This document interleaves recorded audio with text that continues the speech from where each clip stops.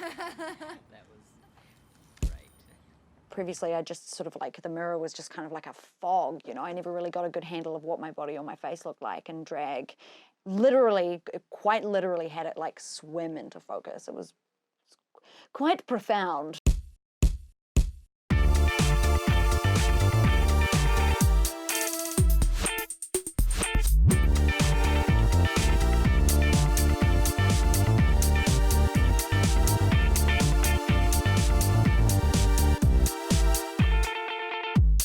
I'm George Fowler. Some people know me as Hugo Grrrl. I am a drag king and event producer based in Wellington, New Zealand.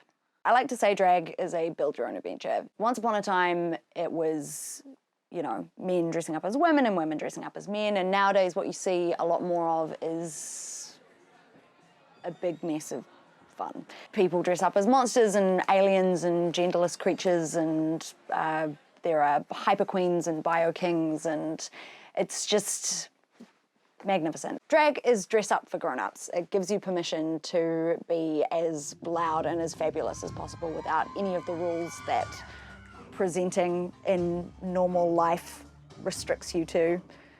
I became interested in drag when I had a gender identity crisis about 4 years ago, and doing drag made it safer. Doing drag definitely helped me figure out my gender identity because I felt so much more myself with a big, silly, stuck-on mustache on. I was very much like, this is just dress up, this is just fun, this is fine, this is fine, this is fine, I'm trans. Like, yeah, it was very predictable, I guess. A lot of trans people start doing drag before they come out, and I am one of those people.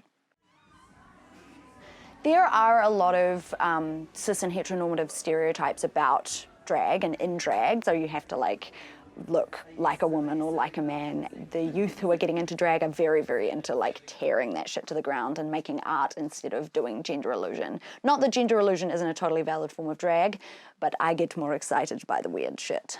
Being a drag king in Wellington is pretty great. I'm led to believe that we don't face nearly as much of the gatekeeping and prejudice and straight up misogyny that happens in a lot of other cities and communities.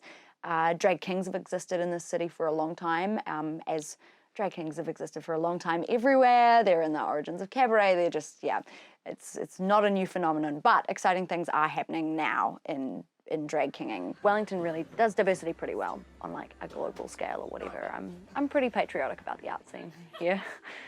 Drag kings are underrepresented in drag around the world. RuPaul is like, no women or drag kings on RuPaul's Drag Race, which is obviously the way that the overwhelming majority of people who are interested in drag experience drag, so that really sucks that we don't have any representation of diversity on the mainstream stage.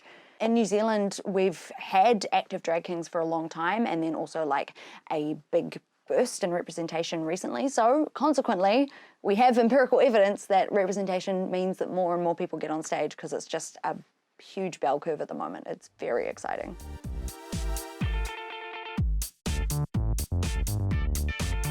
I think everyone should do drag, because even if you're not figuring out your gender identity, you will figure out something about yourself.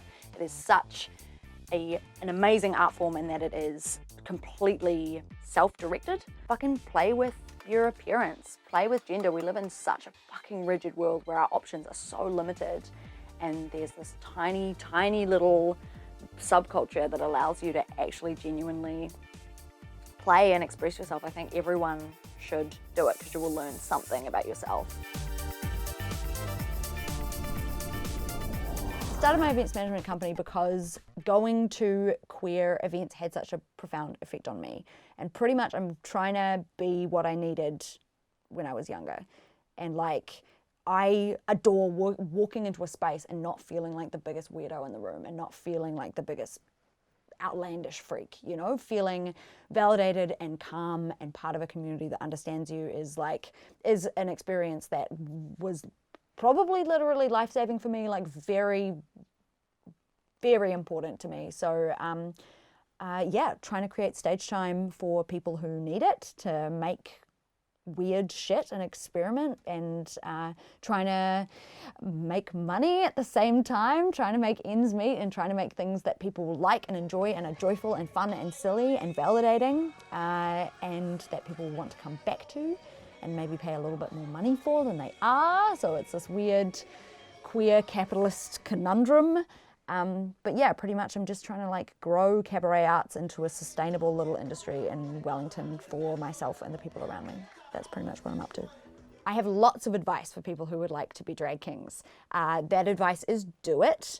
That advice is make mistakes and really consciously let go of your perfectionism. Drop it at the door, my friends, because doing a super polished, beautifully rehearsed routine that's like guaranteed to stick straight out the gate is not going to teach you anything. Like, make mistakes, go absolutely hard.